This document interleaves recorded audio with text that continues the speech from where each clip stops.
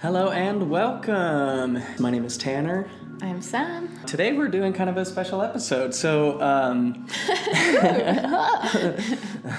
my dad recently sent me a video from Professor Jared Halverson, who's a professor of ancient scripture at BYU. And it seems like Jared is going through the New Testament and doing, a little like a Sunday school kind of approach to going through the New Testament. And in this particular one, he talks about marriage, relationships, divorce, and then he talks about queer issues, but from the lens of like the scripture about eunuchs, which we'll get into that. But I've listened to this talk probably like 4 or 5 times through because I really wanted to absorb what he was saying and be able to give a meaningful response. And I've written so many essays in response and filmed, hour segments of me just like yammering into a camera. And then I was like, scrap it all. Let's just back up. I'll have a conversation with the brilliant and radiant Samantha and just get it done in a way that feels more natural and conversational. Because text is a little kind of strips some humanity away from the experience. And studying communication in college, we know that we learned from our degrees in communication from the Lord's University of BYU, Idaho. Yes. We know. Well, when you read a text, it's like people read text things with like 30% more aggression than is what is intended. That makes so much sense, yeah. Which is why there's so much breakdown when it comes to online communication, especially in places like Twitter. And I have to say, most of my interactions with members of the church and believers of all variety these days, save for the ones that are like up close and proximate, like with my family members and things who are awesome and great and loving and affirming and cool and all that, just the strangers, believers that I interact with are mostly online, and they're mostly like really, really negative interactions. Not even me being like, oh, I'm reading into this, but like them being like, you're queer, you deserve to die by the law of the Old Testament. You're a degenerate, filthy apostate, and we ought to invoke the laws of the doctrine of blood atonement and ritualistically kill you for having an opinion contrary to mine or whatever. Did that 30% thing you mentioned, was that some study you saw? Yeah. That makes complete sense. I didn't know that. Yep. It's hard when and it might even be higher than that. I don't know the exact percentage, but people definitely read things as being much more aggressive and angry than they're actually intended. I avoid Twitter these days, but I felt like towards the end of being on Twitter, if I would engage with a believer in like what I felt was a really like civil, respectful way, it often felt like they just like wouldn't take me in good faith. And so then it would just be, and I was like, well, this is pointless. Yeah, and it's hard on like social media where you're not having the face-to-face interaction. You're not being able to like really truly empathize with the person, look them in the eyes, hear the tone of voice, see the sincerity in their face. So I think that's, and again, that's why I wanted to do this video in this way, just so we can have like a real human conversation. Yeah, because think how much we project even just in regular life, and then add the layer of it being like behind, it's digital, and that's even more like you're reducing who you are to just like this concept. Yeah, it's just tough. So for backup, so Jared is a BYU professor. He teaches religion, and it seems like he has quite a lot of influence lately. I feel like I hear people talking about him quite a bit. Yeah, he's getting more traction, which is actually, in my opinion, good. I was surprised at how much I like Jared Halverson, because he seems like the type of Latter-day Saint that I was, which is just like trying to learn, trying to empathize, changing his mind. We're going to kind of jump in a little bit to the more of the relevant parts that we want to get to, but in the beginning he does this whole thing about nuance and about how so often the world proposes an artificial binary. It hands us 2 options and says it's either one or the other, which is you. And then we get pigeonholed into these these artificial realities, these artificial binaries or categories that don't reflect the totality of reality. And I am really happy that he's doing that, adding some nuance and complexity. The problem is, I think he uses the phrase, the pendulum has swung a little too far, and I'm like, you haven't swung far enough. You've been over here and you've swung this far. Now we need to Right. really find some balance. And I think as we're talking about gender and orientation and queer issues and things like that, I think that is a perfect example of what we're talking about with these artificial binaries that have been imposed and then forcing everybody to identify as one or the other when that is literally not how it is in nature. So, we're told the traditional narrative is there are two genders. They are mutually exclusive. You're born either one or the other, and never the two shall meet, Except for the percentage of people who are intersex, but for some reason... They don't count. Even they don't. That's really one to mentioned. Me when someone's like, we're all born male or female. In the family proclamation, it says everyone male or female. And I'm like, how was that not just like dead in the water? Because it's like intersex people literally exist. So you can't say everybody is born male or female. But we know for an actual fact that that's not true. I remember that being sort of a thought exercise at church or in certain BYU Idaho classes where they try and get you to just, mull on thought experiments. I can't remember what one it was. But the sort of the answer that was sort of given as the best thing to do is like the parents just kind of pray about it, figure out what gender they want to assign to their intersex child, and like God will steer you right.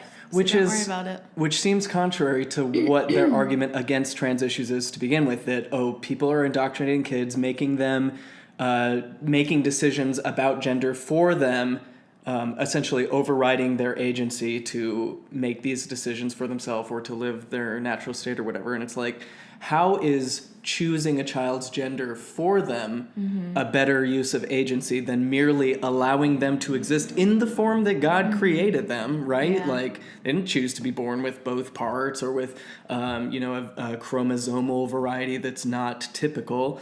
Why not let them just experience the way that they are? And if they choose one or the other, let them do it. Let them exercise the agency. Who are you to make that decision for them? It's also one of the... So I really like ContraPoints. She's a trans YouTuber. I think she's like the best YouTuber on the platform. So good. And she talks about how there are certain things that like it's okay, that are sort of like up for debate, concerning trans rights. Like she said, I think it's valuable for us to have a discussion about certain sports, for example, or, things related to when children can do certain things. Sure.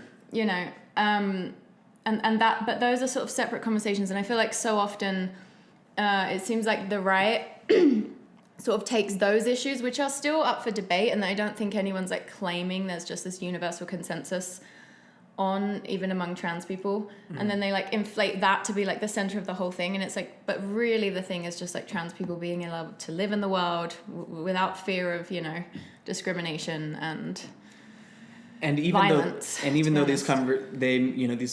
the subject may warrant conversation, the amount of conversation and the amount of political activism that is being centered around the issue, not on trans people being like, you have to all do what we say, but people trying to curb the rights of trans people and to disappear trans people and queer people out of their social personhood, saying you shouldn't be allowed to have jobs because then you're influencing the rest of us, and you shouldn't be allowed to be in movies because then you're influencing the rest. Dallin H. Oaks said that about gay people. It would be good for them to be excluded from positions in the media.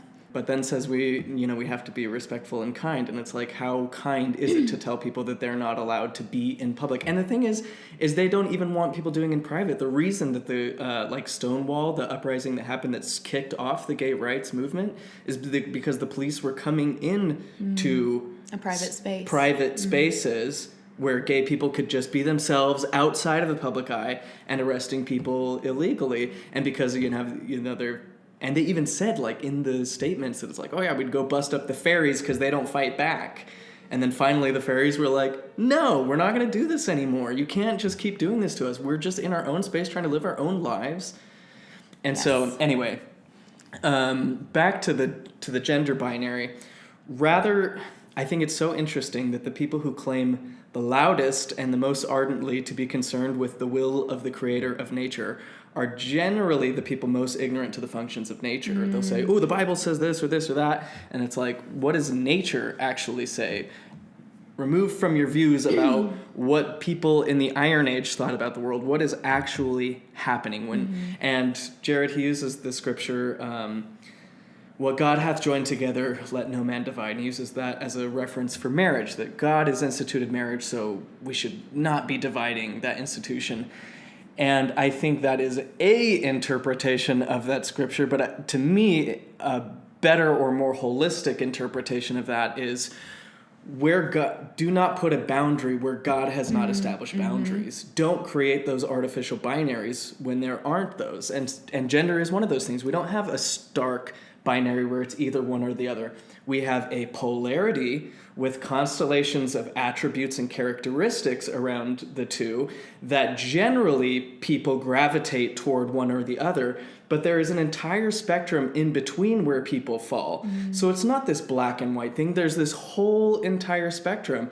And when you say, oh, everybody has to try to be at one end or the other of polarity, you're asking people to perform contrary to their nature. Right. So when we say gender is a construct, that's what we're talking about. We're saying, yeah, this may be the polarity of masculine and feminine, but this is just a constellation of characteristics. And not everybody, most people aren't I'm certainly not at one end of masculinity. So when you're telling me, oh, a man is someone who's 6 feet tall and super strong and performs these tasks and does these things and wears these types of clothes, I'm like, that's not real. That's not true. People don't all fall at one of those polarities. There is that spectrum. And again, asking people to perform toward one or the other is asking them to live contrary to the nature for this artificial idea of what gender ought to be rather than what it actually is. And when we look in nature itself, we don't see it anywhere. We have animals and plants that reproduce asexually and sexually. We have plants that have masculine characteristics and feminine characteristics. Avocado trees that are, not avocado trees, I forget which type of tree that has male flowers that bloom one day and then female flowers that bloom the other day. We have fish, lizards, snakes that transition genders throughout their lives. It's not just this... Yeah, it's not this fixed thing. Depending on population levels and who's around and who's available, they'll literally change genders. And you think about even, the proclamation to the family says gender is an essential characteristic of individual pre-mortal, mortal, and eternal identity and purpose. Perform it. Right. And it's not even a fixed marker of this life. Like, no one can speak authoritatively about what the next life will be, but in this life, we can say that's not true. All males didn't start out as males. In the womb, we all start off with feminine characteristics. It's why all men have nipples. And so this idea that it's like, oh, you're either male, you're either female, you have these fixed characteristics or these ones, is not true in any observable facet of nature. It is only an artificial human construct that says it's either one or the other. Yeah, and I think like any ideology that kind of depends on people pretending to be certain things is going to be threatened by the idea that people can stop pretending, and also is going to project their own like pretending onto other people and be like they're pretending, because that's just how humans work.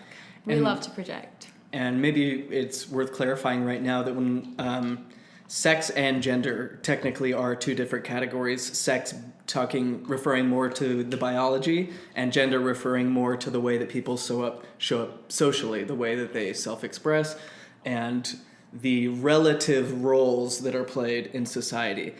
And our culture is so myopic. We have this tiny pinhole view, and we think that what is happening now is exactly the way it's always been and the way that it'll be forever. And we say, boys wear pink, girls wear pink and boys wear blue. That's basically the difference of gender. And it's like, I studied marketing in college. I know that was a marketing scheme. Prior to that, nobody cared at all about what we're wearing. Men can't wear dresses. Well, they wore dresses for most of human history up until this point. Every time you see a famous man from the past who's in a dress, Jesus, he's always in a dress. Yeah, men were the first one to wear heels because they used it for riding horses. That's what they were invented for. Really? So to say like, oh, a man in heels is defying the eternal nature of gender, it's like, no, it's defying this society's current view or paradigm for gender. It has nothing to do with our innate orientation or gender identity or sex or anything like that. Even though I really, like I said, I like Jared Halverson. He seems genuinely good-hearted, and our friend Kara of Nuance Home fame and Mormon Stories fame said that when she met him, he was, unlike a lot of members of the church, unfortunately, was really, really open-hearted and open-minded and was willing to just like listen to her concerns and offer empathy and without being, too defensive or disagreeable. So kudos to him. But my problem is he seems to follow a more apologetic rather than an academic approach to the Bible. And the problem with apologetics is they start out with a conclusion in mind, and then they shoehorn all the available evidence to fit that end, rather than trying to understand the text and the situation that gave rise to that being there, and then understanding the translation process and the interpretation process so that all those factors weigh into how we interpret the Bible, which is why I've been plugging Dan McClellan on the show for weeks, because even as a Latter-day Saint, that's the approach he takes. Is like, let's try to understand how this came to be, and that will tell us better how we go about interpreting what it's trying to say. So for backup, he did the binary thing, and then he's talking about divorce and going into the New Testament teachings on divorce. And I guess we should start out by saying, as I was just saying about biblical historicity and trying to understand where the text came from and things, we get into trouble if we assume right off the bat that everything in the Bible is true, or exactly what the original authors intended, or what the stories are communicating, as actual facts. The New Testament was written, even though they bear the names Matthew, Mark, Luke, John, etc., they weren't written by Matthew, Mark, Luke, or John. We know this for a fact. The original texts are written decades and centuries after the facts by people who weren't there in other countries speaking other languages. So it's like, imagine me having an experience right now today, and then in 90 years, somebody in Mexico is like, let me tell you the story of Samantha Shelley, and writes in Spanish about your life experiences. And it's not someone you ever met in real life, someone who doesn't speak your language. If I was Matthew, Mark, Luke, yeah, right. I'm like, you guys don't see me. So while the New Testament narratives may have wisdom for us to absorb, and I do think that there are beautiful aspects of the New Testament, do not get me wrong, and worth discussing, if we go in with the belief that everything that is written here is exactly what Jesus said, or exactly what Jesus intended, or what Jesus wants us to get from this, we're going to be flawed. So we need to hold everything we're talking about here very lightly. So, really strong intro. We got into this. If you guys want to support the channel, I think this is probably going to be a long one today. If you want to support us, we have a Patreon. You can also donate via Venmo or PayPal, and all of that will be linked in the description box. We are fully donor funded, so please help. Yeah, thank you so much. Well, should we dive in? Can we pull it up on here? Yeah. We're going to jump ahead about 20 minutes. In the beginning, he has that the spiel about binaries, and again, I'm asserting my interpretation of the Bible, which is of that verse, which is whatever that which is boundless. Don't impose these boundaries. Observe nature for what it is, for how God is. If we want to believe that God created everything, then we ought to pay attention to those creations and see how they're naturally functioning. Is your phone broken? Is that why it's doing this? I think maybe it started out like it used to have a side chat or something. Please donate so Tana can get a new phone. It's been so bad for so long. I can't take it. Do you want to do it on your phone? Yeah, go on then. Jesus never errs on the side of justice or on the side of mercy because he never errs. He explains himself, and that's what he's going to do next. So why then would Moses allow for divorcement as long as you give a writing of it? The Lord's answer, he saith unto them, Moses, because of the hardness of your hearts, suffered you to put away your wives. But from the beginning, it was not so. And it's that Eden model, that from the beginning, that I'm trying to bring us all back to. I'm trying to reverse the fall. I'm trying to help us get through it so we can get on to atonement. But then he says this, as far as this writing of divorcement is concerned, and the allowance that Moses made for divorces. I say unto you, whosoever shall put away his wife, except it be for fornication, and shall marry another, committeth adultery. And whoso marrieth her which is put away, doth commit adultery. Now, we saw something similar hinted at last week in Luke, and we needed a little JST to help clarify things. But here in Matthew, it's, you better have a good reason. We'll allow for a reason. We'll allow for divorce. Moses did. But it was because of human frailty and human fallenness. To put it starkly, it was because of the hardness of the human heart. Right off the bat, even though he's given us this idea of like we got to have more complexity, more nuance, things aren't just black and white, he's automatically jumping in with the assumption that the Bible is 100% true, written by the acclaimed authors, and that we have this perfect paradigm that we just need to return to. Well, what you need to understand about Genesis is that it was not written by Moses. The book of Genesis was written centuries, hundreds and hundreds of years after Moses was supposed to have written or supposed to have lived, by people who weren't there, who didn't live around him, to serve various political and theological ends. So just assuming that there was this prophet Moses who had this specific idea of marriage and that we need to get back to that is already a bit fraught, because we're saying we can't say that this is what Moses intended. We can only say this is how Iron Age people in the Middle East, in this specific group of Canaanites at this specific time, because throughout the biblical history, there are various Canaanite factions with various concepts of God and various political motivations, who are all writing with different purposes and with different frameworks. And so to say that there's just this one cohesive idea is just historically not true, and will trip us up doctrinally if we take it all at face value. The other problem with taking Genesis as literal truth, I mean, we could do a whole 2-hour-long video on just the creation story and contrasting with that with what we now know about the world. But it's interesting that in the story of Genesis, you know, he's talking about marriage here, and marriage with its all the formalities of it, right? You have a ceremony, you have vows, you have a public notary that you have to go to and get validated by the officers of the state, who validate it and say, yes, this is acceptable, so you can go into the appropriate tax category, and now you're an official couple. Well, if you read the narrative in Genesis, you don't see any of that. God makes a man, he takes a woman out of the rib, you know, a perfect genetic clone. Good luck reproducing with your identical genetic clone, and then having kids and who interbreed to populate the world anyway. That's kind of a side note, but that's just a side note. Again, we could do a whole 2-hour video.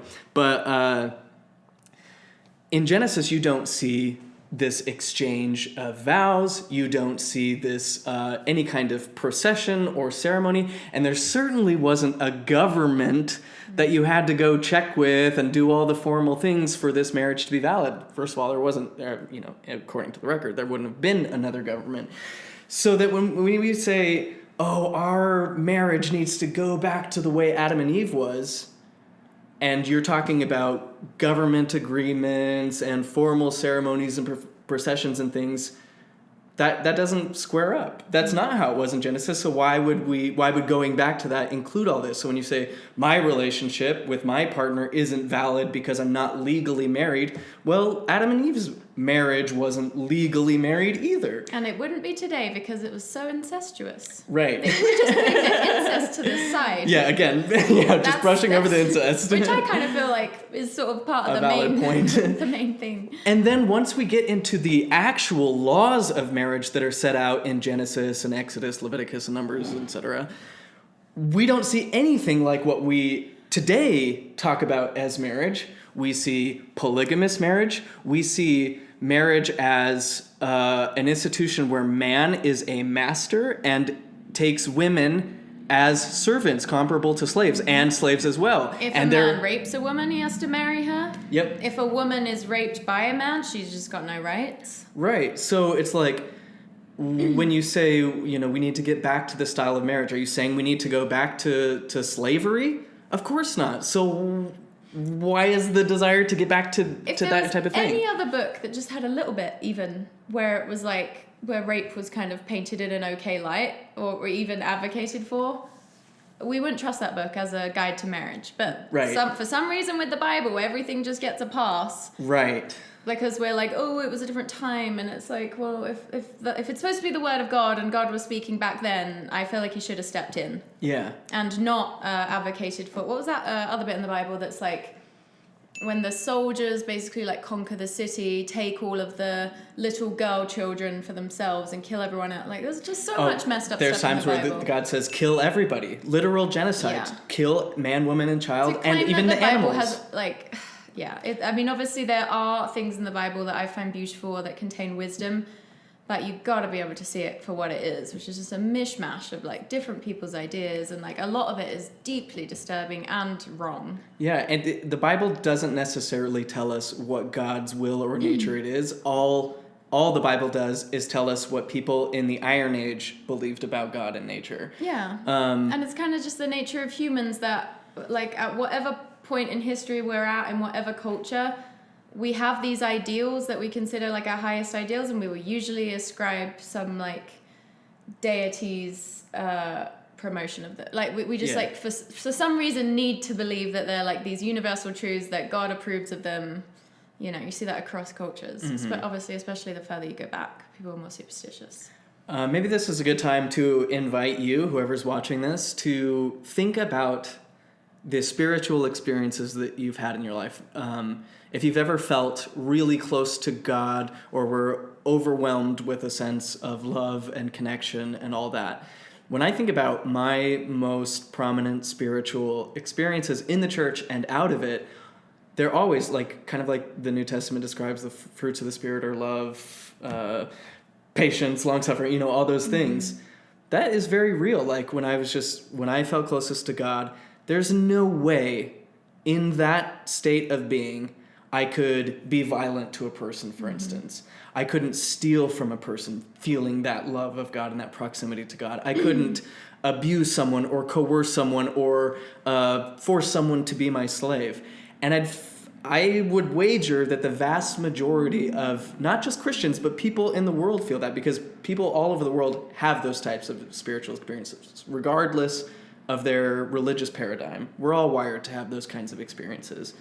And what happens is we have those experiences. They're so cleansing. They're so beautifying. They're so enlivening and life-affirming. And we leave them with humility and love and compassion and a desire to serve and to connect and to forgive.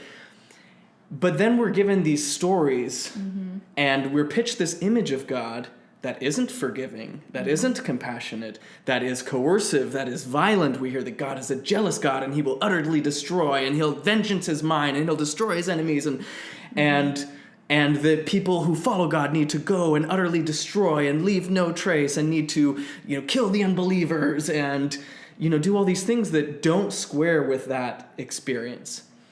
And because people associate those strong feelings with the religion and this overall paradigm that includes these perspectives of God, it's kind of just like, well, I know it's true because I've had these good feelings, therefore I have to accept this paradigm. And I don't think you do. I think that feeling ought to be a discerning tool so that you can say, that doesn't square with my experience of God. I can outright reject it. A God that commands people to take slaves, I reject. I do not accept it.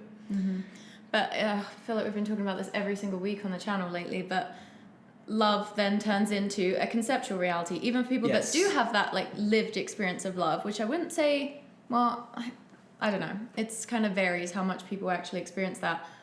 But they then like extrapolate out from that. And so then they're like, well, then everything that's in this religion, which gave me that experience, is also love. And so therefore these homophobic ideas are actually loving, and it's loving for me to, oppose certain gay rights or, whatever. And every religion is doing that. The Catholics are like, well, I have felt this in the Catholic Church, so I can't do anything about the child abuse because I know I've had these loving experiences in the Catholic Church. And the Hindus say the same thing, and the Jehovah's Witnesses say the same thing. And all the unloving stuff becomes acceptable collateral damage, not that it's even necessarily seen as that. Right. Because they'll, like you said, abstractify it to be like, oh, actually, slavery was a really loving thing because they just had to be reined in and trained by the superior white person who could look after them, and it's just. And God is a sexist God, and the whole Bible is just written for men, as like through the lens of a woman will never even read this. Everything's just written as like he who. And that's an important part when as we're talking about male and female and roles and marriage and all that. The word husband in Hebrew, the one that's being used in Genesis, is the word Baal. which you may know from the god Baal in the Bible. But the word means master or owner. It doesn't mean husband in a loving partnership like we would be used to today. It's literally an owner, the owner of the woman and the owner of the slaves. And that's what traditional marriage, not that it is traditional for the vast majority of human history, this concept of marriage, even including the one we have today, has not existed. So I say traditional because it's not traditional. It's specific to this group of people in this period of time. But according to these people at this time, men are supposed to own women. And that is what is given in the law that I am supposed to believe was handed from God. And I reject because I no experience with mine has given me any sort of indication that I, as a male, am inherently better than a woman, that I deserve the right to rule over her and to tell her what to do, that am entitled to sex, that I'm entitled to power, that I'm entitled to privilege. The God I have experienced, the love that I have experienced, has been de-hierarchizing, has been a feeling of partnership and kinship with the people around me. Anything that is pedestalizing men seems so artificial. Yeah, because I feel like when you are in that state of love, you don't crave power, because Right. I feel like the desire for power comes from like an insecurity. And if you're full of love, that generally has a bit of a washing away effect of insecurity. You feel very empowered and I suppose safe and secure. And yeah, why would you want to have any kind of control over another person like that? I feel like, good leaders even don't desire to control, they just desire to positively influence. But they ultimately know if you try to control someone, like force people to do things that aren't natural to them, you will pay the price for that. There's always a consequence, because you can't just shove down people's true natures and have it be fine. Right. It is amazing. I feel constantly reborn by love, constantly like cleansed by love. And it the longer I live, the more I witness it as a real power, but it's exactly contrary to our normal ideas of power, because it's a seizing of power that you do it by letting go. Yeah. It's non-coercive. All other types of power have to be seized, and this one is saying, I relinquish. Yeah. And that's how you get it. Yeah. Yep. It's a paradox in that way. But again, saying these ideas that there are these fixed ideas about marriage and divorce that were that way, 2,000 years ago, 3,000 years ago, and that our pendulum has swung too far this way. I think that we're swinging out of a system where women and people of color are considered inferior, like a literal inferior species. The people in the Bible believed that women were something different than men. In fact, for a lot of history, people believed that men had fewer ribs than women because Eve was taken out of Adam's rib.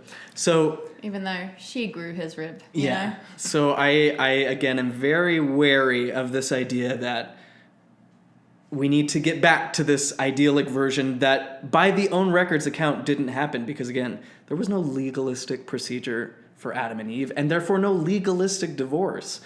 And I also disagree that fornication is the only reason people should get a divorce. Yeah. Child abuse, 1.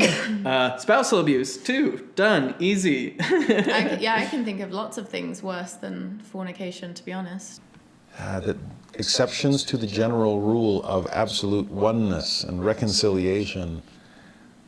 Sorry, I don't know I don't want to be stopped, but like you can't force oneness like that. You can't just like artificially fuse it together, like no matter what, even when like all of this energy is trying to break it because it's not right naturally. And this seems like this desire to maintain this framework for religion that isn't based in history or doctrine necessarily seems like trying to play into that artificial boundary over something that God has not separated or divided, and that rather than being like, how do we facilitate that experiential reality of love between relationships rather than how do we make sure that everyone is abiding by the legalistic terms and conditions of this type of relationship that we have to implement for everybody in society. Yep, it's just that classic thing of humans are addicted to having blueprints. They want to know that they can ensure a certain outcome, which is just not the way the universe works. So they set up these arbitrary ideas about if you do X, you will get Y, and that creates the illusion of safety, which is not actually safety, as we know from marriage, which has an extremely high failure rate. And of course, I'm sure he's going to say it as like people are just leaving too flippantly.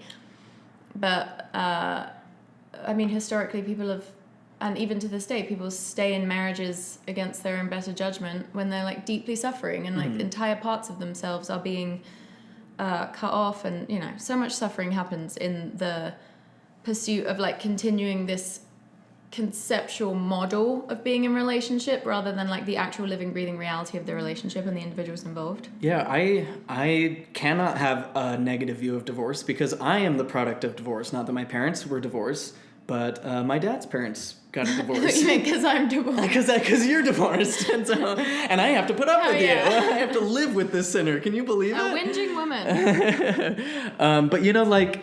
My grandparents got divorced, and they were very mature about it, I am told, and it ultimately was the best thing that happened to them. And my grandma got remarried to my grandpa, who passed away recently, sadly, and their relationship is this like beautiful manifestation of love and what partnership ought to look like. And if you're just starting off with this perspective that, oh, divorce is bad except for in these certain cases, I'm like, that does not square with my experience. Practically every divorce I've seen has allowed people to find situations that better facilitate that experience of love.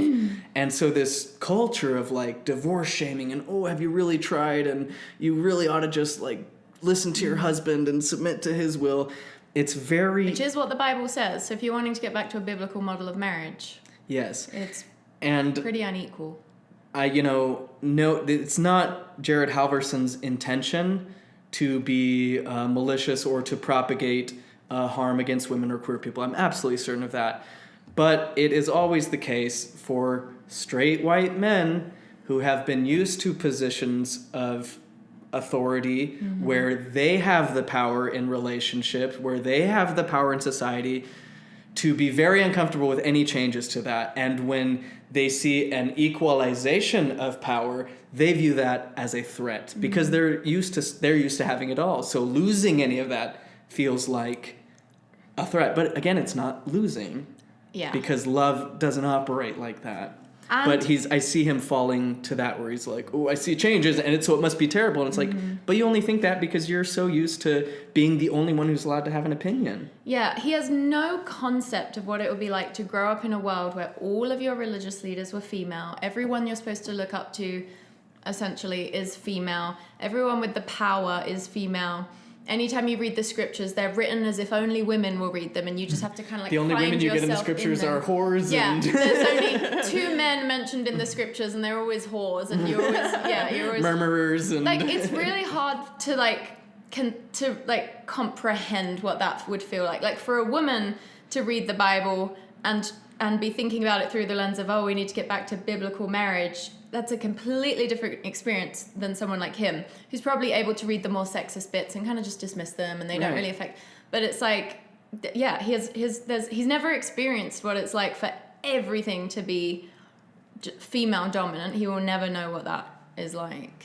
And I think it's an important part of our spiritual progression as people who are interested in the message of Christianity and embodying that message. Like, isn't that a fundamental aspect of the experience of atonement? When Paul says there are no more black and white, male or female, bond, it's like, how do you get yourself in the mindset of what it would be like to be a woman, to be a black person growing up in slavery, when you really try to empathize and to carry the grief of people who have lived through those situations, to experience what they have so that you can know how to comfort them, like the baptismal covenant suggests. Like, that seems like we should be able to do that. And Jared's worldview has always depended on him having justifications for the ways that black people and women have suffered in his religion. Like, he may be a very empathetic person, but at the end of the day, his brain is still wanting him to arrive at the place that can justify it. Yes.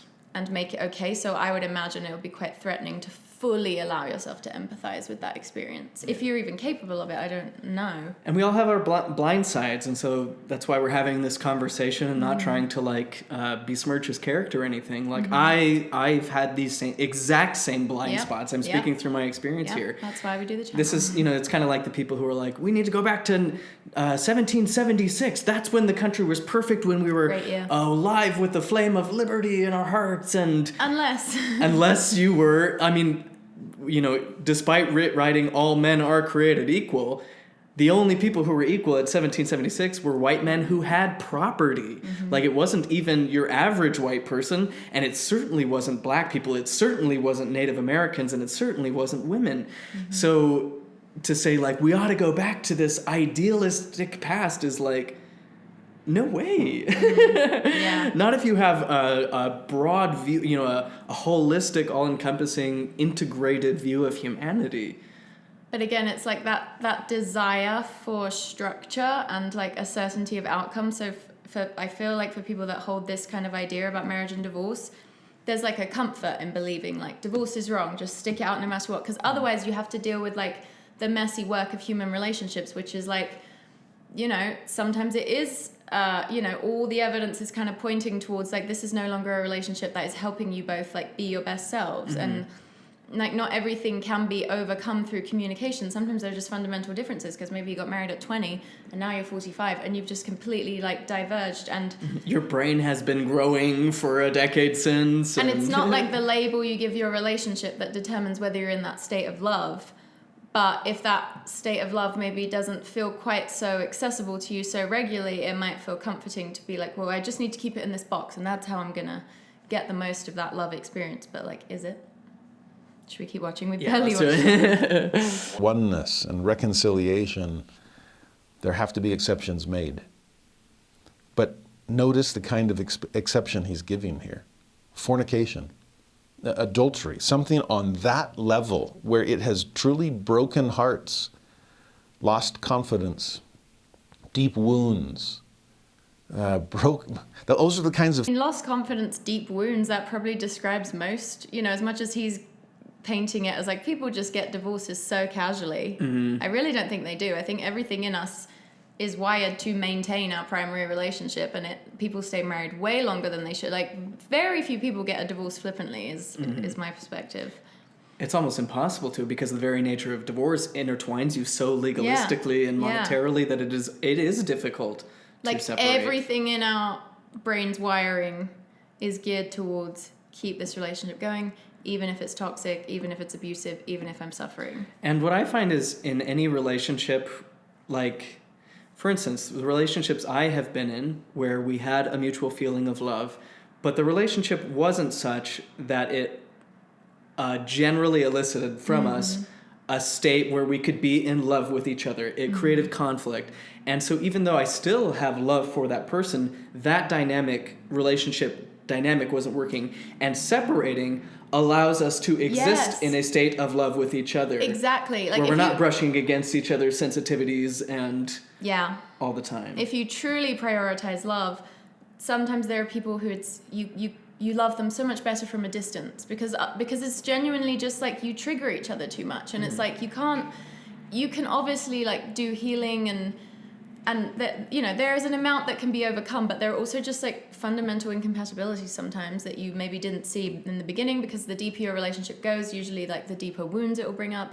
And like, not everything can be overcome. And do you want to spend your life just like battling incompatibility and getting triggered so often that like the love in your heart is blocked? Yes. So it's the Glennon Doyle says there's no such thing as one-way liberation. I really believe that. It's like if someone is who you're supposed to love is almost blocking love in your life, it's so much more loving to say goodbye and to love them from a distance and to wish them well. And again, this is assuming the best out of that kind of dynamic where people are consciously interacting with their pain and making decisions together that will help them facilitate.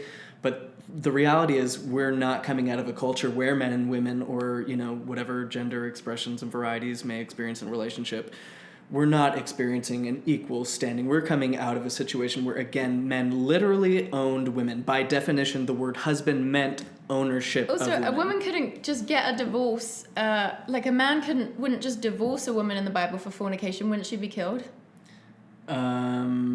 I guess it depends on which bit. It depends on, yeah. But it's more likely that in the Bible that a woman's going to be killed for fornication than a man. Take the story of the woman taken in adultery. We're like, whoa, it's so cool that Jesus didn't make that woman get stoned because we're all sinners. And it's like, we didn't even analyze this justice system that's supposed to be given from God, where someone taken in adultery, and not just someone, the woman, you never hear about the man taken in adultery, and it takes two to tango. And given that it's in the Bible, her being taken in adultery could have been her being raped. Her marriage to her original husband could have been because he raped her, and so she was compelled to marry him. Like, it's not like women had a lot of choice She was back then. literally sold by her husband, because the Bible has laws for selling your daughter into sex slavery. Yeah, women didn't have the ability to, like, consent to marriage the way that we understand consent to be important now. It's like your parents would marry you off, or, you'd be compelled to marry. It's not like this modern dating system where there's, people get to choose. So yeah, we don't even consider a justice system that's like, oh, when two people break a law, all the community gets together and throws rocks at the woman until she's dead.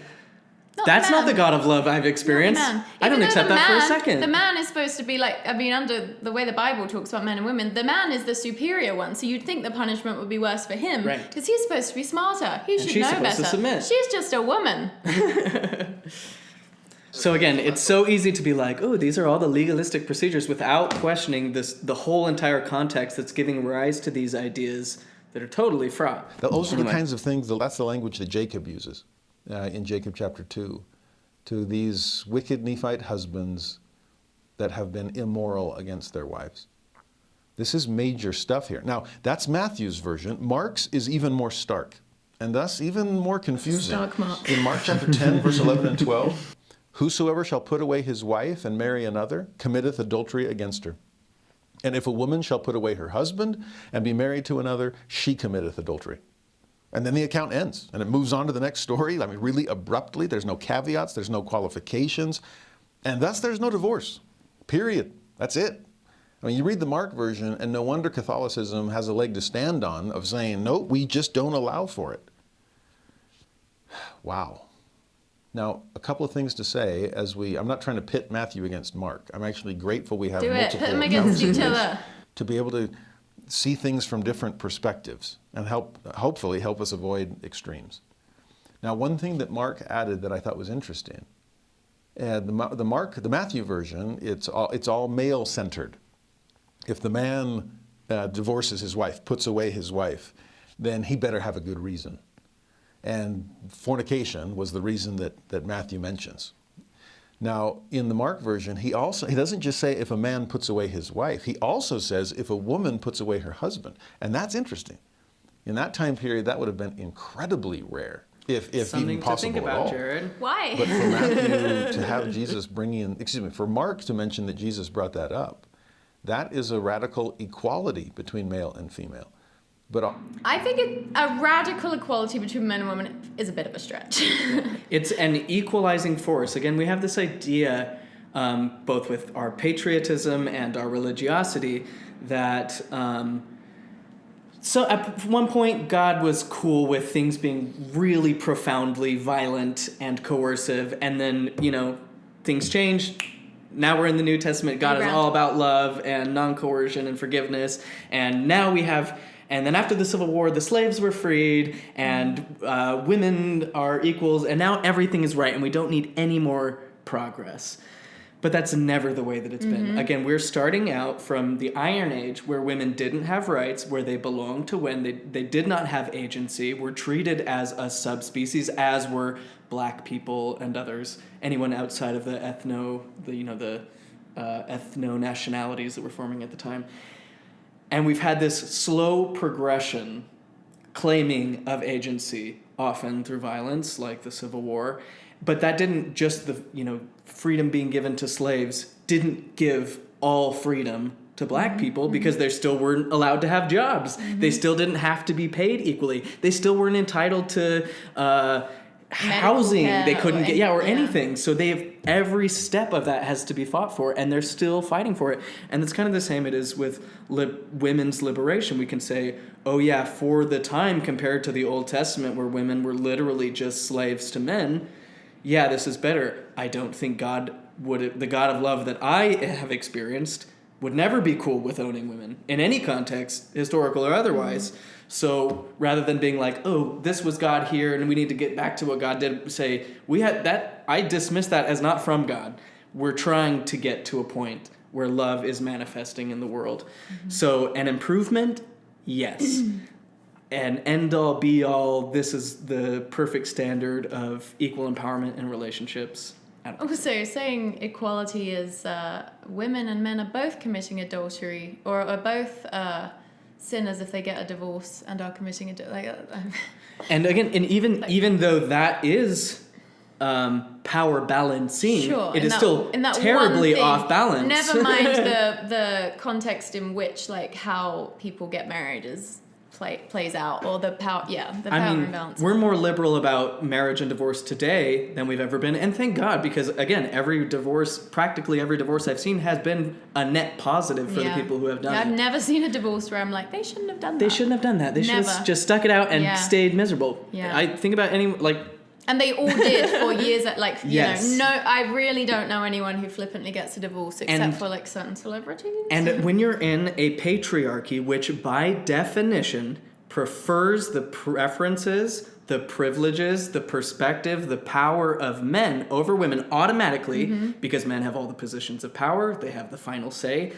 Even if a woman is technically allowed to call for a divorce, under this rule, there is still so much. Well, he's saying that it's adultery either way. It is, but also saying that there is a balance there. There is still a system where women's preferences and power and all that is completely diminished because women are taught they're supposed to be subservient to men. And if you read the comment section of this video, the very first one is a woman being like, I had to get divorced twice, and both my husbands tried to kill me, and the members of the church were super judgy toward me for wanting a divorce. And everyone's like, oh, this is so sweet, we need to change that. And I'm like, if you have people who are trying to kill their wives, and they're being shamed, and the women are getting shamed for it, that is a, profoundly sick, and I don't mean to say, Mormons are these evil, dark people, but there is an illness there that needs to be dealt with. And because this isn't a standalone event. Just weeks ago, we saw a family here in Utah who the dad went and killed the wife and the kids when she proposed a divorce. And guess what? All the members of the church sided with the dad, and his funeral things were like, he was such a loving husband and father, because they can't talk bad about the priesthood. About a man who killed his wife and kids. It was like, oh, he was such a valiant priesthood holder, and it was just this one man, That's the culture we're coming out of. And if a woman is struggling in a marriage and she's with an abusive man, and bear in mind, patriarchy can just kind of lends itself to men being abusive generally, because it's, it's not healthy to teach men that you should have power over women. But all the advice she's getting is from a male bishop. Again, Jared will never know what it's like to get all your advice from a woman, and how different his whole life would feel, his whole psyche would feel, Even though women, be it socialized or not, tend to be the ones who are more adept at talking about emotions and empathizing and validating each other's experiences. Creating collaborative social bonds. Yeah, but they're not the ones you go to for advice about interpersonal conflict, even though they're We're coming out of a society that is entirely male-dominated, where they kept slaves and women slaves and had these horrific systems of violent justice. And we're supposed to believe that a male-dominated society is the ideal that we're supposed to be trying to implement in today's world. Make it make sense. Also a radical responsibility that divorce could be initiated by either partner in this version. And in our day, that's definitely the case, that it could be either party's fault. And yes, it probably takes the fault of both to lead to these things. But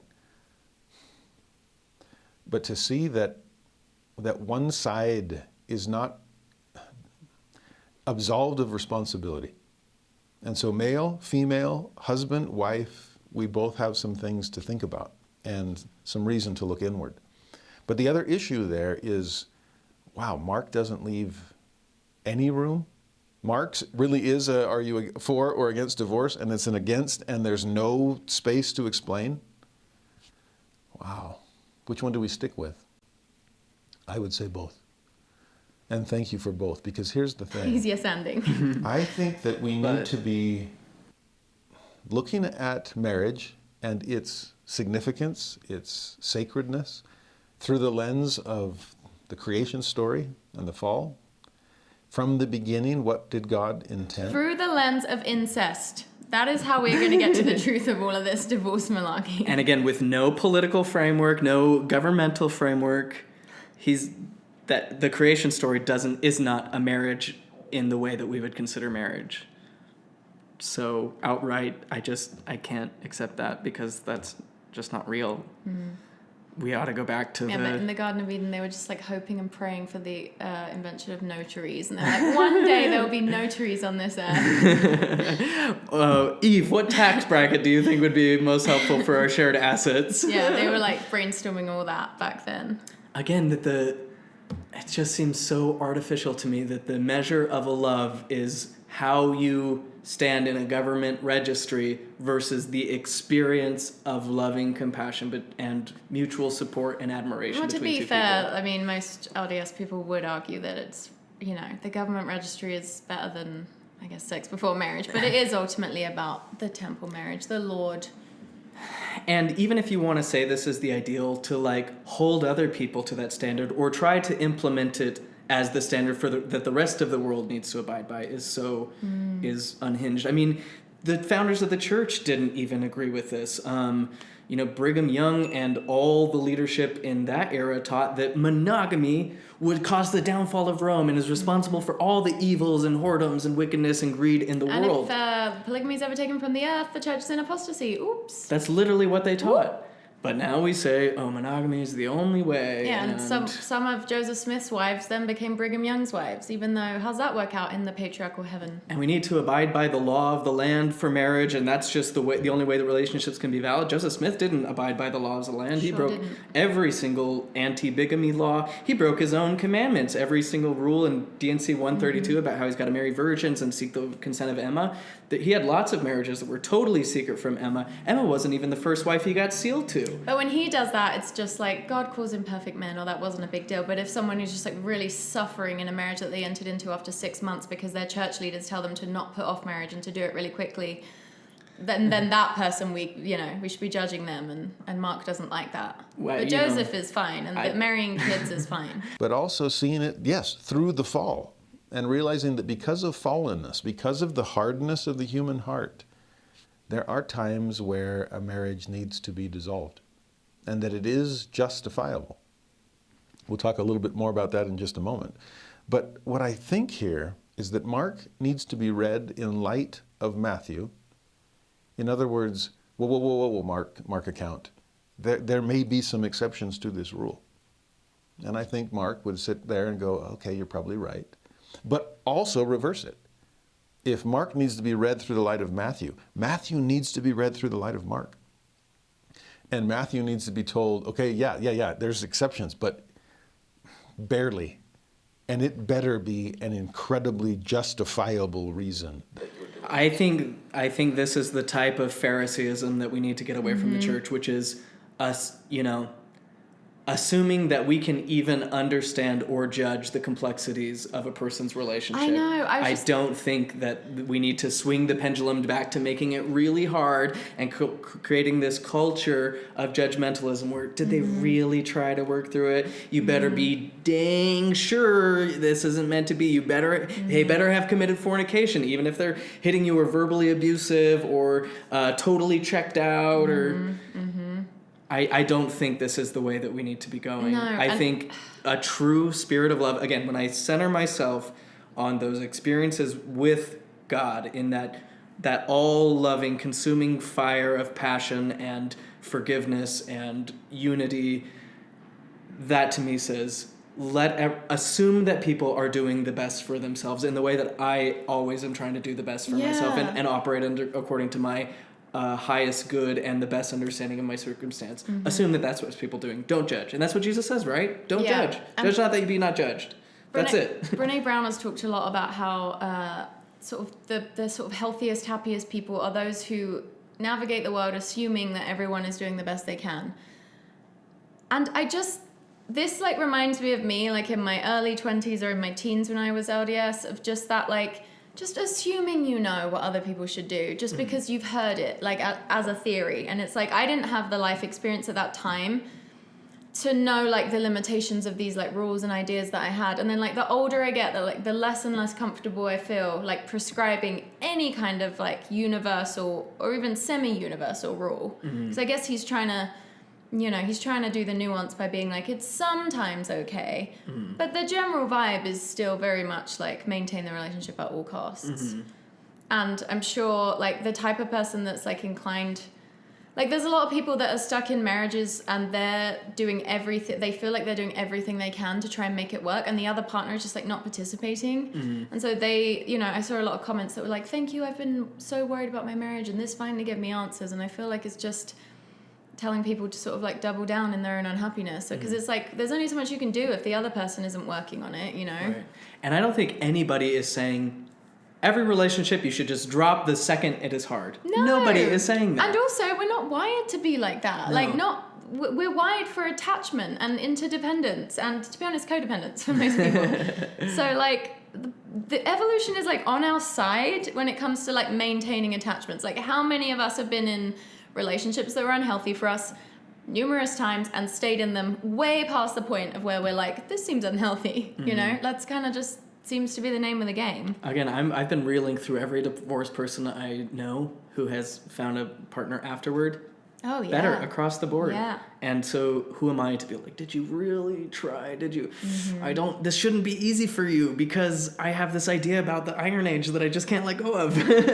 Yeah, and obviously I have no idea about Jared's personal life, but I do often feel like the types of people that so like ardently promote this idea of just like stay in your marriage no matter what, and like God is really God has hard lines about this, God is really doesn't want you to get divorced. I feel like it's like a reflection of their own belief system, and that is usually played out in their own lives, and the fact that they feel the need to defend it, it's like a matter that's close to their heart because it's something they've had to reckon with a lot, Yeah. In the course of going back to feminism, because this is just going to permeate this entire discussion, like even though he's mentioning that there is a balancing effect of powers between men and women in relationship, even in the United States, women weren't allowed to have credit cards until the 70s. His lifetime. Yeah, black people didn't have the priesthood. Yeah. Women can get credit cards. And so, he'll think knock... that doesn't have a knock-on effect when it was in his lifetime. Like, what did that do to, like, the psyches of women as they're growing up? Like, women are not empowered, like, in their own minds a lot of the time. Not to generalize, but it's just, like, if you grow up with so much sexism being, like, so apparent. He's gonna knock no-fault divorce in this. What he doesn't... love no-fault divorce. Yeah, me too. I've never been divorced, but I love it. For no-fault divorce. What he doesn't mention is that married women's suicide dropped 20% from after no-fault divorce was initiated. Not surprised. Because women were... And also, spousal side, what is the word for that? Spouses murdering their spouse. There have been so many people who have been so trapped in a relationship that they had to say, either you die or I die. Which we, in our Chad and Laurie Daybell video that we did recently, we kind of like saw how that plays out in the psyche and how people will justify these insane things. Yes. And so how can you look at that and be like, of course this is a net positive. People being able to leave situations where they say, I would rather be dead than stay in this. Of course we should give them that option. Wouldn't that fall under like wounded or low confidence? Like he actually did give quite a broad umbrella when he said, I don't think he meant to, but he was like fornication or there's woundedness or low confidence. Even in the rigid allowance, there is still obviously some gray area. I also just think it's the complete wrong question to be like, what is my opinion on what other people should do if they don't want to be in their marriage anymore? It's like, if you really believe in marriage and you really believe that you know what it takes to make a marriage good, then I'm like, focus on teaching those principles to people. It's like how I feel when people go on like The Ultimatum on Netflix. I'm like, go to couples therapy, or I don't just like focus on, that's a stupid example. But it's like, just teach the principles that you believe make a marriage strong. And I don't think the way you make a marriage strong is by telling people that they're adulterers and they're evil if they choose to end it. Yeah. Like focus on like what you can build. Right. Society is crumbling. We need to reinforce the legal structure versus how do we cultivate love and compassion in the human heart. Yeah. And we are, as humans, all of us across the world, wired for connection, wired for empathy and compassion. And but you know what can block that connection and empathy and compassion is trying to stuff who you are into this like role. Artificial categories. Yeah. Whatsoever God hath joined, do not divide asunder. Do not impose your limiting categories. And that's what legal frameworks are for relationships. That's what these artificial binaries in orientation. Well, you're a woman, so that means you're 100% this way, and you need to just do these roles, and that's it. That's what you've been given. Versus the God that creates, or the nature that allows for a multiplicity of experience and characteristics, and diversity is strength. It's what gives individuals, communities, species resilience and beauty. When have you ever walked into a space and seen all the same plants and been like, this is more beautiful than a diverse garden? It is literally how everything evolves, is by there being like aberrations to the norm. Yes. But then this like conservative way of thinking is like anything that's an aberration from the norm is bad. It's bad, yes. And that's going to actually destroy society. And which is the It's exact like that's opposite. not a law of nature. But they'll tell you that diversity in the stock portfolio is very important. You got to keep this, and I've always said that. Here we have these two sides, these two contraries. And to have Matthew and Mark trying to help us... They're not really the two sides. They're pretty similar, but one just remembered to include women. What's the logical fallacy, like a false category? False dichotomy. False dichotomy is where we're giving pitch these two things and being like, it's either this or this, and maybe it's somewhere in between, and it's like, there's actually a whole bunch of discussion around these two choices that you are finding gray in.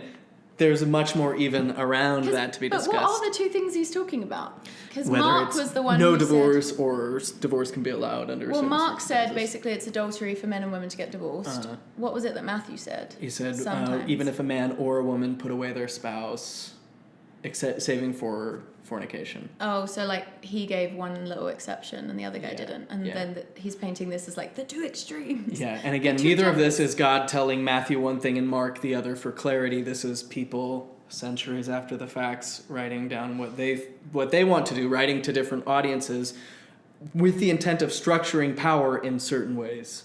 Keep that in mind. Avoid either extreme. It's like their version of things stands almost as a sentinel to keep you from going too far in one direction or another. And either not... This idea of like, you know, we can go too far, and some people just think that any reason to get divorced is justifiable. But I'm like, isn't not wanting to be with someone, don't you both deserve better than that? Like, doesn't that person deserve to be with someone who wants to be with them? And you can't always manufacture wanting to be with someone. Right. And doing it in the name of, like, you know, spiritual brownie points or out of fear of what will happen to you if you... I don't know. It's just... I just feel like any reason is a good enough reason. Like, if you are not... Like, if you do not want to, like, love each other as primary partners anymore... Why would you force yourself to? How is that seen as loving or holy? Yeah. First of all, no one is saying you should just get a divorce for any reason whatsoever. But I am. But that's the thing. Is like if someone wants to divorce you because you didn't wash your spoon after you ate, why do you want to be with that person? Yeah. What does that say about the strength of your connection and the strength of your love? Right. If it's not producing that, and why are I you am trying all to... for love is a verb, right? I really believe that, and I think there are absolutely like things that can be overcome that we don't always realize can be overcome. And I think a big part of that is like we just aren't given the tools to navigate like conflict in relationships. I think a lot of the way we view relationships is so based on roles and like ego that it's like that there are probably some relationships that like could flourish if given those tools.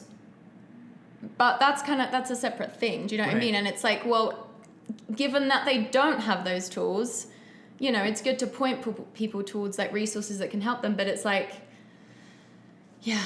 It's like, I still think it's better to not be in a situation that is like constantly causing you to like have your heart blocked and to suffer and to bring out the worst sides. And, you know, it's just constantly escalating, and you're, I don't know, you're there's just so many ways that like people staying together makes them hate each other way more than they would if they were strangers on the street. You know what I mean? You'd have more love for a stranger. Proximity can breed resentment. Yeah, for exactly. Sure. Because it starts like stifling parts of you, and so then it turns into like a self-loathing as well. And anyway, I'm getting too abstract. I will say this is an example of what's called a slippery slope fallacy, and it's the same fallacy that gets employed and will later be employed in regard to LGBTQ issues, which is, if we allow this perfectly reasonable change or adaptation, then all these unreasonable actions will follow. If we allow consenting queer adults to have relationships, well, then they'll want to marry their dogs, and animals can't consent, and they'll want to marry kids, and kids can't consent. And it's like, that's literally not what anybody is arguing for. That's a slippery slope fallacy, where you've said a perfectly reasonable thing, two adults, loving, consenting, who are just living their lives together, and then you taking in that extra, well, the pendulum will swing this way. That's true, that's a fallacy. And so this is kind of that same thing. If we allow people to just get divorced for whatever reason, then they'll just divorce for whatever reason. And it's like, what will ultimately facilitate them experiencing love and experiencing that type of relationship that is closer to that proximity to God than living in that constant striving and, if we just keep working on this and if we keep battling through, and I just need to be more subservient and more... I mean, frankly, women have not been conditioned to believe that they are entitled to happiness in marriage. A woman's role has been defined by how she relates to, serves, and supports a man. And that's just patriarchal society. And for a woman to claim her right to happiness is a radical new step, and one that I think we do need to move toward. And the pendulum swinging, what's the worst that happened? Women just have power over their lives and can make decisions as they want, the same way men do. That doesn't seem that bad to me. Yep. There's this idea that, that idea that people who like leave the fold, for example, just want to go out and do whatever they want. But I do faith transitions coaching, and I coach a lot of women who are navigating life outside religion. And it's so hard for them to like even realize what they want. Like asking themselves that question is like a process. It's not like they're just like, what do I want? And it comes flooding in. Yes. There are like these blocks in their mind to even entertaining what they might want, because everything is filtered through that lens of like playing a role, like serving, being subservient. It's just... Which again, and you say, and a religious person will say, well, those are the roles that are given by God. And again, that is an artificial binary that has been imposed by people, because biology does not indicate that. Biology doesn't say there's a certain set of tasks that these people are equipped for and these aren't. Scans of the male and female brain reveal no difference whatsoever. Other than like maybe like rotating a map in your head or something. Well, I saw a doctor on TikTok. He's a brain scientist, I think. Did say there are differences in male and female brains, and maybe this is like the result of socialization. I can't remember. Is this a difference in like actual brain structure, or is this a difference in the ways that people have been conditioned to approach certain tasks? So someone who knows more about the brain than us, let us know. But I think the thing he talked about a few different things, but one of them was just that women will have more like connections between I can't remember what the thing was, but it's related to emotional intelligence and their ability to like for information to like to integrate information together. Or, anyway. So even that again would be a constellation of characteristics that isn't true for all feminine leaning people or for all masculine leaning people. There will be some crossover because it is a spectrum and isn't that stark binary that we've been handed and are expected to adhere to regardless of where we fall on the spectrum. And we don't do that with other things. Like, you know, there are maybe you could make generalizations about like women who are tall tend to be more like this than women who are short. But we never just expect every woman who's tall to be like that, and Yeah. there's like a lot of ways you can group Women who are people tall must together. play basketball. Yeah. That is the rule. It's like we don't do that with other biological characteristics, even when there might be like general trends of how that group will be. But for some reason, when it comes to gender, we get really serious about it. All right. It's at 1.25 now. So history does not correct itself. It overcorrects itself. And if getting a divorce was too hard It's very Taoist of him. through most of human history, we've now overcorrected and made it far too easy. I would like to know what he would consider history overcorrecting, especially when we're talking about issues of power balance and justice, because this is kind of going like tying in race or things. It's like saying, oh, we needed to give black people some power. Obviously, slavery is wrong, and now history has corrected too much, and now they want to live with us. Now they want to be entitled to work with us and get the same pay as us and live in the same apartment building. Don't you think we've swung too far? Also, what is he basing this idea that we've swung too far in terms of divorce? Because as you just said, the suicide rate for women went down 20%. I'm like, it seems like the data's pretty on the side of we absolutely didn't swing too far. And also, we were coming from a time when like women were so abused. And that's what he's saying. We've swung away from that. And I'm like, good. That doesn't seem great. I don't believe in the God who... Would Jared have me still just like sticking out my marriage? Like for what? For who? And also, do you think it should, like the law should make it harder? Because I mean, that then your religious freedom is infringing on people's lives. And like, I'm not religious. I don't have any, I don't see marriage as like a sacred cow for me personally, and I honor if other people do.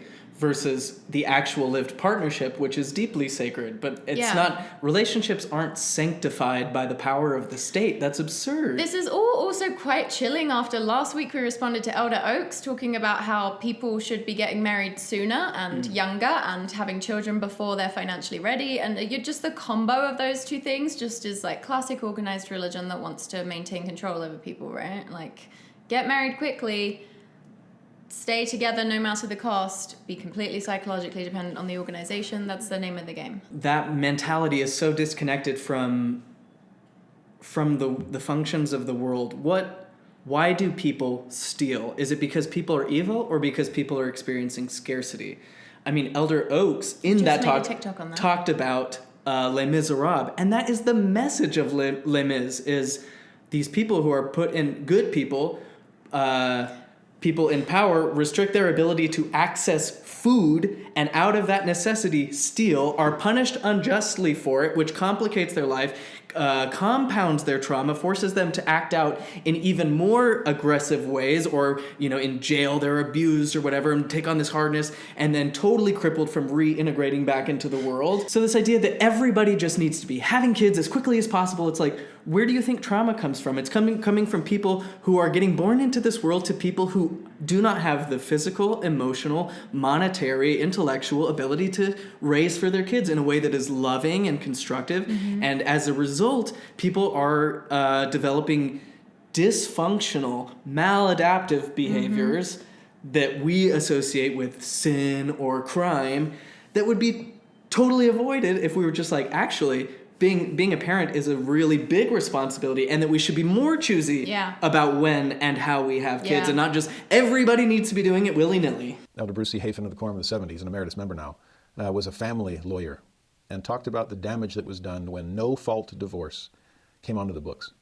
And it's been downhill since then. Sorry, so we're taking anecdotal evidence of some dude who's a lawyer saying the damage that was... I'm like, is he in the families? Because I asked on Instagram once, all our followers, like, what their experience was with divorce growing up, whether their parents got divorced or didn't get divorced. And the most common message, we got so many messages, hundreds of messages from people saying, my parents didn't get divorced, but I wish they should have. And I remember being like 4 or 5 years old, as soon as I knew what divorce was, I was like, I hope my parents get divorced. And then when my parents did get divorced, it was like the huge relief. Like, I was so good. There was no there was trauma, but not because of the divorce, it's just trauma around childhood. But it's like, my parents getting divorced, I, even as a kid, knew that was such a good thing to be happening. And kids pick up on that. Like, kids do not thrive when they watch their parents suffering and being unfulfilled. And if kids watch parents who aren't like fundamentally compatible and don't like love each other because their hearts are always blocked by each other because of just the ways they're so different and they're, you know, they have so much conflict and all this. Like, kids internalize that, and then that means that kids grow up and they have those types of relationships. And this is especially scary of a phenomenon when thinking about little girls, because it tends to be like women who, you know, suppress their own needs in the service of the relationship, while the man gets to go out and like live his dreams and have a life outside the home and all that. So it's like we're teaching little girls to grow up and to put their own needs second, which lends itself to like abuse just being kind of like part of the culture, and that's like totally what we've seen. Like patriarchy lends itself to abuse. Oh yeah, and instances where not just where abuse is in a context where it's more it's seen as more acceptable, and that's the culture we're coming out for, men to just be abusive generally, but also that it's the woman's fault that the man is being abusive because she's not being submissive enough. Have you really tried loving your husband? Have you tried just having sex with him even though you don't want to? Have you just tried? There were books at Deseret Book in the early 2000s that basically told women to, I think I talked about this last week as well, but I just saw this book recently. That was at Deseret Book, early 2000s, that told women to essentially not talk about their day when the man came home, just ask the man about his day, and always try to be very like feminine and dainty, and was just telling women to do all these things like that I don't think a woman should do if it's not natural to her. And it was all just through the lens of like prioritizing the male experience, and like regardless of what he's giving you, like don't expect any emotional availability from him, suppress all your own needs, and just try and be exactly what he wants you to be, which is dehumanizing. Like, it's essentially a system that is like encouraging people to dehumanize themselves. And it happens with men too, because it's like, you know, patriarchy doesn't help men too, because they're supposed to be in these specific roles that also aren't supernatural. And right, these artificial categories that have been posed to represent a real spectrum of experience and characteristics. Yeah, like we gotta do away with this obsessive need for these like rigid blueprints of how everyone should, because it just completely ignores the complexity of human existence. Especially ones that involve a legalistic framework 100%. in a secular society. I think Christian nationalism is the most anti-Christian idea that there is. Jesus said, "My kingdom is not of this world." So anytime you're like, this is how everybody should live so that we can live a Christian law, it's like Europe did that for 2,000 years and it was a nightmare. It was a disaster. Christians running the country, no way. Yeah. That's what the founders were trying to escape from. That's not freedom. As far as people having less and less of a justifiable reason for ending something that was supposed to be eternal. We've got to do better than that. I just don't think that any of us can pretend to arbitrate or judge what is appropriate for what was supposed to be eternal. If that relationship isn't good and working out and is going to be a previous step towards someone's ultimate partnership that may be their life one, who are you to divide asunder that cohesive story and narrative and that becoming a thing that facilitates a person's learning what love actually is. Every single relationship I have had, and while they haven't been legally married, neither was Adam and Eve, each one has taught me more about myself, has given me the space and ability to experience love, and now I'm in the best relationship of my life where it is a sacred experience, where we do have that deep, deep compassion, mutual respect, admiration, collaboration. But it's only because of all the experiences I had prior that helped me to develop that. Because it's also seems to be true, or I think is true, that so often when we first begin dating, and remember in Mormonism, you don't really start dating. Well, I guess 16 you can like start going on group dates. If you're 14, you can marry the prophet.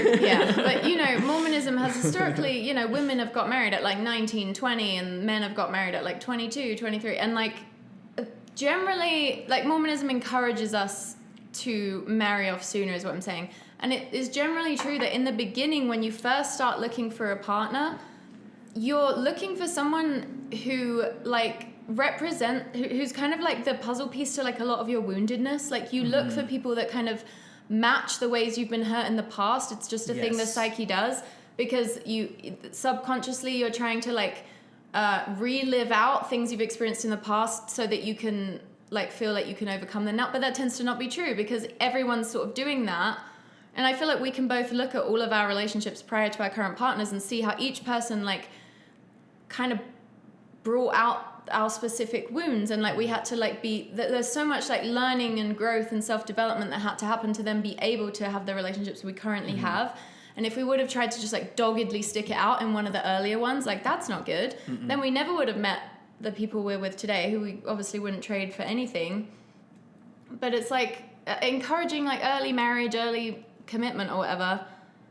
A lot of the time you are like kind of dooming people to dysfunction, and I do believe that dysfunction can be overcome, and like I believe in couples therapy and all that stuff, but like a lot of the time it isn't, especially not in a religious system where like the way that you navigate issues isn't necessarily to go to like effective couples therapy to learn certain skills. It's just this like we got to be more Mormon, and that's going to be the thing that saves us. Is the problem our changing legal structure and framework for what this artificial category for relationships? Is that what's important and what we need to be fighting to repair? Or is it the way that we experience relationships and the types of relationships that we are seeking and the attitudes and feelings that we cultivate in them? Yeah, because so much of this mindset, it's the mindset of like you can fix the relationship, you can unite in Christ, but it's like trying to fix a relationship that doesn't allow you to even fully explore yourself, because if certain parts of yourself become unsuppressed, that may threaten the relationship too much, because like the relationship hinges upon you each playing these certain roles. Like it's just a recipe for disaster. We've got to give it our very best. For our spouse's sake, for our own sake. Everybody especially is. For the Everybody's church. giving it their very best. For the sake of the world that was meant to be a forest of family trees, not a logging camp. Wow. What'd that mean, bestie? It's supposed to be a forest of family trees, not a logging camp. Love the anti-logging message. I don't know what the metaphor is supposed to mean. That one's lost on me, but I bet it was good. Say this too before we look at the next verse. Because you can picture the apostles really wrestling with this, eyes wide open, whether it's Mark's account or Matthew's. And sure enough, it'll be that way. But what about Moses? What about Moses? Moses didn't live. I'm sorry, Moses is not real. No, that's unfortunate. I didn't want to do this in this video, but yeah, I mean, all the contemporary evidence shows that the Moses, while it may have been based in a story about a couple people who escaped from Egypt, there is no contemporary evidence that there was millions of Hebrews living in Egypt, that there was a mass exodus and settling in Canaan. Rather, we have all the archaeological, linguistic, anthropological data showing that Canaanites had, they were these polytheistic people, and Yahweh was one of the gods in the Canaanite religion. He was the smelting iron and war god. So yeah, there's no evidence for the existence of Moses, while he may have been. There may be some nugget of truth, kind of like the flood story. There's just no way that the whole world was flooded and that all the animals of the world fit onto this one little boat. They couldn't have happened. Maybe there was a person named Noah. Maybe his little microcosm of the world was flooded. But this idea that the whole thing happened, it's just impossible. It's like, it's just as realistic for for Noah to have built a time machine as to build the ark. And it's same with Exodus. There's no evidence that journey was made. And so we get into trouble when, again, we start off with the assumption that these things are real and therefore everything that we pull from this is literally true, versus trying to understand the conditions in which the text was formed and realizing, okay, well, this does give some malleability for interpreting these stories, and recognizing that the stories were only created and propagated, written down, assembled into a single cohesive narrative and spread for the purpose of organizing power around an authority, in this case, the Catholic Church, the Hebrew king who was uniting these ragtag group of tribes, people, the separated tribes of Israel, is trying to unite them under a common identity, an Israelite identity. We're not just disaffected tribes. We're one single Israelite people. And guess what? Our enemies are Egypt, the black Perfect. people. And we Perfect. have this myth that explains why they're evil, because, they're descendants of Cain. And that's why we're justified in going to war against them. We actually escaped them. They used to be our oppressor. We got to band together and find them. That's how all these myths started. That's how the Bible started, because the Catholic Church is trying to assemble or to unite the various factions of Christianity under a single cohesive narrative that identifies a villain, that identifies the in-group as the good people, the chosen people, and we are the powerful ones who get to arbitrate the meanings of these things to you. So we get to decide what is authoritative. Makes sense, because I think most of us grew up feeling like the country we lived in was like the main country. Like I totally thought England was like the good guys, like the center of the world. Like England was it. And everyone else was kind of much like women in the Bible. That was kind of like a sub thing. Yeah, it's amazing how everyone is born in the best country, in the true religion. Moses' allowance that he said, as long as you give a writing of divorcement, and that was the thing. Pretty much, if you don't like the way things are going, then just write something down and then you're justified. What Moses was trying to avoid was just, picture being condemned and not even knowing why. Picture being put away and you're wondering, what did I do wrong? No, there needs to be something that you can put down in writing. But here's the irony. Moses wasn't trying to make that, he wasn't trying to encourage divorce. He wasn't saying, oh yeah, well, this is what you ought to do. You ought to just write bills of divorcement. No, left and right, willy-nilly. No. What Moses is getting at is, you better have good reason. Oh, we're skipping ahead, but he uses a President James E. Faust quote and says, at the same time, I have strong feelings about what is not provocation for breaking the sacred covenants of marriage. Surely it is not simply mental distress, or personality differences, or having grown apart, or having fallen out of love. This is especially so where there are children. Again, no. Yeah, because children thrive when their parents are mentally distressed. Yeah, again, as you perfectly described, like children seeing their parents in distress and self-sacrificing in order to save this category of relationships versus the actual experience of love and God or whatever. Kids pick up on that, and that doesn't teach them the right lesson, that what they have to do is duty to a category as opposed to experiencing love and connection now. There are so many ways that adults use kids as a justification for things where it's, like for example with LGBTQ issues, everyone's like kids, and I'm like, kids are the people who care the least about whether someone's gay. They are just learning about the world for the first time. If they're like, that kid has 2 dads, they don't even really question it a lot of the time, or if they do, it's like very earnest and like they are not bothered. And I feel like if kids grow up in a world where divorce isn't demonized so much, it's like kids can absolutely thrive in a co-parenting situation. It's about like the security and like how regulated their parents' nervous systems are and all these things that being married may actually like compromise. Like if you're in a relationship where there's like so many personality differences that there's just constant conflict, well, your parents are probably going to have dysregulated nervous systems all the time, and then the kid's probably going to have an anxiety disorder and worse when they get older.